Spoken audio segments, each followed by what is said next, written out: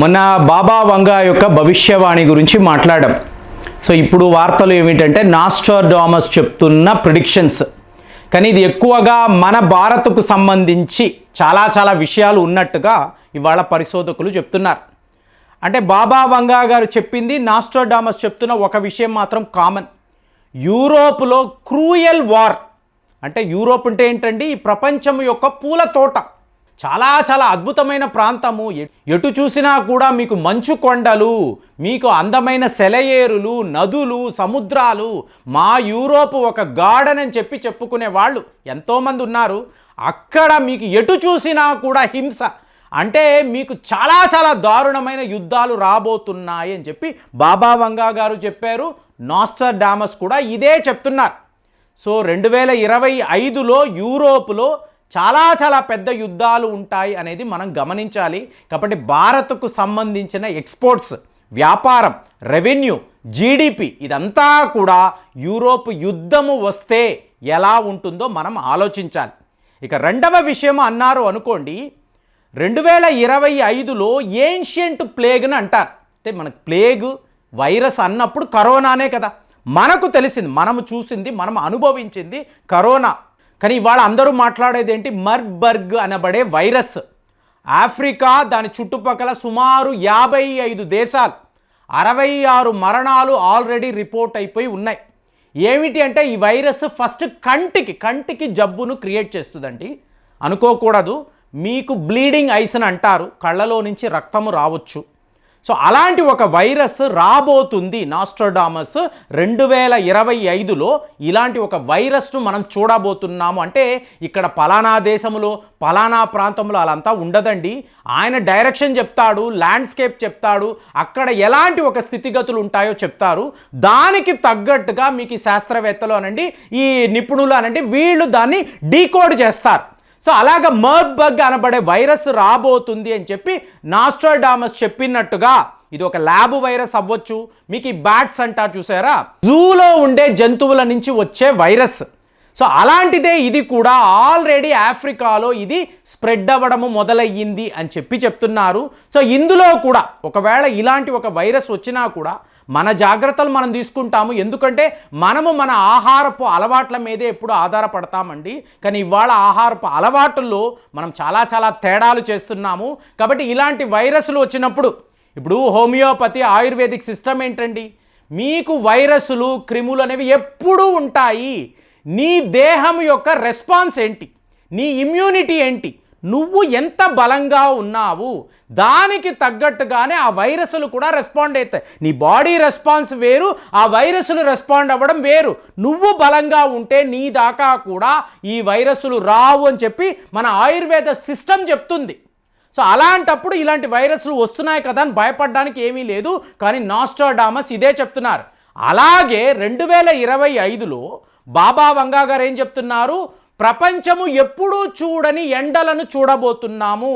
కానీ ఇక్కడ నాస్ట్రాడామస్ ఏం చెప్తున్నారు, ప్రపంచము ఎప్పుడూ చూడని వరదలు.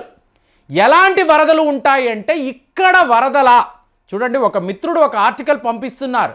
గత 200 ఏళ్ల నుంచి కూడా అరుణాచలములో వర్షాలను మీకు నమోదు చేశారు. బ్రిటిష్ వాళ్ళు చేశారు, తర్వాత మన వాళ్ళు కూడా రికార్డ్స్లో రాసుకున్నారు. కానీ ఎప్పుడు కూడా ల్యాండ్ స్లైడ్ అనేది రాలేదు. మరి ఇవాళ 3 రోజుల వర్షాలకు ఇంత పెద్ద ల్యాండ్ స్లైడ్ ఏమిటి అంటే, ఇది సిద్ధులు వాళ్ళ శాస్త్రాల్లో రాసుకున్నట్టుగా చెప్తున్నారండి. సిద్ధులు ఎప్పుడో చెప్పారు, ఏ రోజైతే అంటే చెప్పాను కదండి, అది శివుడి భూమి అండి. సో శివుడు, శివభక్తులు, మీకు శివ సాతువులు అంటారు చూసారా, వాళ్ళు నివసించే ప్రాంతం. ఆ కొండ శివుడు అంటే ఆయన సన్నదిలో ఇప్పుడు మనము ఉపవాసము అంటాం. ఉప అంటే అర్థం ఏంటండి, నియర్ బై, చేరువలో. మీకు అలాగే ఆవాసము అంటే ఉండడం. సో ఉపవాసము అనే మాటకు అర్థం ఏంటి, మీ గురువు అనండి, మీ దైవము అనండి, ఆయన చెంతలో మీరు కూర్చొని ఉండడం. కాబట్టి ఇప్పుడు శివరాత్రి ఉపవాసము అన్నప్పుడు అక్కడ మీరు గంతులు, పాటలు ఇలా కాదండి, శివుడి సన్నదిలో మీరు కూర్చోవాలి, కూర్చొని ధ్యానము చేసుకోవాలి. దీనే ఉపవాసము అని అన్నారు. మన సిద్ధులు ఇచ్చిన శాస్త్రాల్లో చెప్పే భావం ఇది. సో అలా చేస్తున్నామా, లేదు. అరుణాచలము అలాంటి ఒక ప్రాంతము. శివుడిని చూస్తూ ఆయన ధ్యానములో ఉండాలి. అంటే మీరు నేను వెళ్ళినప్పుడు మనము మన ఇష్టానుసారం ప్రవర్తించలేమండి. అక్కడ ఉండే నియమాలు ఎవరు చెప్పరు, మనము తెలుసుకోవాలి. మనము శివ అనుకోవాలి, శివుడు గురించే ఆలోచించాలి. ఆయన ధ్యానముతోనే మనం గిరివలము చెయ్యాలి, మీరు దర్శనము చేసుకోవాలి. అంతే తప్ప మన ఇష్టానుసారం అక్కడ సిగరెట్లు కాల్చుకుంటూ తాగుతూ, ఒక సిద్ధుడు ఏమంటున్నాడు అంటే వరదలు వచ్చాయండి, ఎన్నోసార్లు వచ్చాయి. నేను నా గత 50 ఏళ్లలో ఎన్నోసార్లు ఇలాంటి వర్షాలను చూశాను. మీకు కుంకుమ విభూది పారే ఈ అరుణాచలములో ఇవాళ సారా పారుతుంది, విస్కీ బ్రాందీ పారుతున్నప్పుడు ఆయన విడిచిపెడతాడా? సిద్ధులు ఇదే రాశారు. ఏ రోజైతే ఈ ప్రాంతములో మనుషులు కళంకాన్ని తెప్పిస్తారో, ఈ నియమాలను వీళ్ళు అధిగమిస్తారో, వీళ్ళ ఇష్టానుసారం ప్రవర్తిస్తారో, రియల్ ఎస్టేట్ అన్నాము, రిసార్ట్స్ అన్నాము, హోటల్స్ అన్నాము, తాగుడు అన్నాము, తందనాలు అన్నాము, ఇన్ని చేస్తున్నప్పుడు ఆయన ఎందుకండి చూస్తూ ఊరుకుంటాడు? ఇది సిద్ధులు ఎప్పుడో చెప్పారు. మొన్న 3 వీడియోస్లో ఇదే మాట్లాడాను, మళ్ళీ ఇదే భావనే వస్తుంది. అలాంటిది ఇక్కడ ఒక్క అరుణాచలం కాదండి, మీకు అక్కడ అగస్త్య కొండలు అనండి, నీలగిరి కొండలు, అన్నామలై కొండలు, ఇక్కడ ఎక్కడైనా కూడా శివుడి నివాసమే కదా. సో ఆ ప్రాంతాలలో మీరు చాలా తప్పులు చేశారు. కాబట్టి 2025లో నాస్ట్రాడామస్ చెప్తున్న వరదలు మన సిద్ధులు చెప్తున్న వరదలు. అంటే నాస్ట్రాడామస్ కన్నా కొన్ని వేల సంవత్సరాల క్రితమే ఇలాంటి భారీ వరదలు రాబోతున్నాయని చెప్పి మనవాళ్ళు చెప్పారు. ఎప్పుడు మీరు నియమాన్ని పాటించకపోతే. మరి నాస్ట్రాడామస్ కూడా ఇవాళ ఏం చెప్తున్నారు?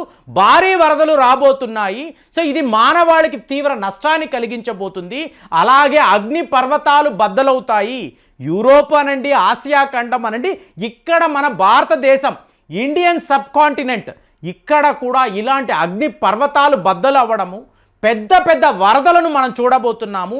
ఎప్పుడు ఎక్కడ రాని వరదలను మనం విట్నెస్ చేయబోతున్నామని చెప్పి నాస్ట్రాడామస్ చెప్పడము ఇక్కడ చాలా అంటే క్లియర్గా టాలీ అవుతుంది. చూడండి, ఈయన చెప్తున్నారు, మన సిద్ధులు చెప్తున్నారు. ప్రస్తుతము అక్కడ ఉండే శివభక్తులు కూడా చాలా పెద్ద అపచారం జరుగుతుందండి, దీనిని ఆయన చూస్తూ ఊరుకోడు అని చెప్పి వీళ్ళు కూడా చెప్తున్నారు. అలాగే ఈయన చెప్పిన ఇంకొక ప్రిడిక్షన్ ఏంటంటే, ఒక మహానాయకుడు రాబోతున్నాడు ఈ ప్రపంచంలో. ఇతను వరల్డ్ న్యూ ఆర్డర్ని అనౌన్స్ చేస్తాడు. ప్రపంచమంతా కూడా తలకిందులవుతుంది. ఇవాళ వరకు మనము చూసిన పాలిటిక్స్, రాజకీయాలు టోటల్గా మారిపోతాయి. అంటే ఈ వ్యక్తి ఈలాన్ మస్కేనా? చాలామంది అడుగుతున్నారు. ఎందుకంటే ఒక వ్యాపారి ఒక రాజకీయవేత్తగా అవుతున్నప్పుడు వ్యాపార దృక్పథంతో ప్రపంచాన్ని చూసినప్పుడు నాకు ఏంటి బెనిఫిట్, సో దీనివల్ల నా దేశానికి ఏంటి ప్రయోజనము, లాభము ఏమిటి, నష్టము ఏమిటి, ఈ పాయింట్ ఆఫ్ వ్యూలోనే చూస్తాడు. అంటే మరి డొనాల్డ్ ట్రంప్ గారు నెక్స్ట్ 4 ఏళ్ళు ఉంటారా, లేదా మళ్ళీ ఎన్నికలు వచ్చి ఈలాన్ మస్కే అమెరికా అధ్యక్షుడు అవుతాడా, ఇతని గురించే నాస్ట్రాడామస్ మాట్లాడుతున్నారా? ఇలాంటి కాన్స్పిరెన్సీ కూడా చాలామంది మాట్లాడుతున్నారు. అలాగే మీకు యూకేకి కొత్త రాజుగారు రాబోతున్నారు. ప్రస్తుతము ఉండే రాజుగారికి తీవ్ర స్థాయిలో అనారోగ్యము, ఈయన త్వరలోనే మరణిస్తాడు అని. అంటే ఆల్రెడీ కింగ్ చార్ల్స్ III ఈయనకి క్యాన్సర్ వచ్చినట్టుగా బకింగ్హామ్ ప్యాలెసే చెప్తుంది. సో క్యాన్సర్లో ఉన్నారు కాబట్టి సో ఈయన మరణించిన తరువాత మీకు ప్రిన్స్ హ్యారీ, అంటే ఈయనకు ఒక అన్నయ్య ఉన్నాడండి, కానీ ఎటువంటి రాచరికం, అంటే రాచరిక ధోరణే లేని ఒక వ్యక్తి యూకేకి రాజు అవుతాడు అని చెప్పి నాస్ట్రాడామస్ చెప్పారు. సో మొత్తానికి బాబా వంగా చెప్పింది, నాస్ట్రాడామస్ చెప్పింది 2025లో 100% జరగవచ్చు.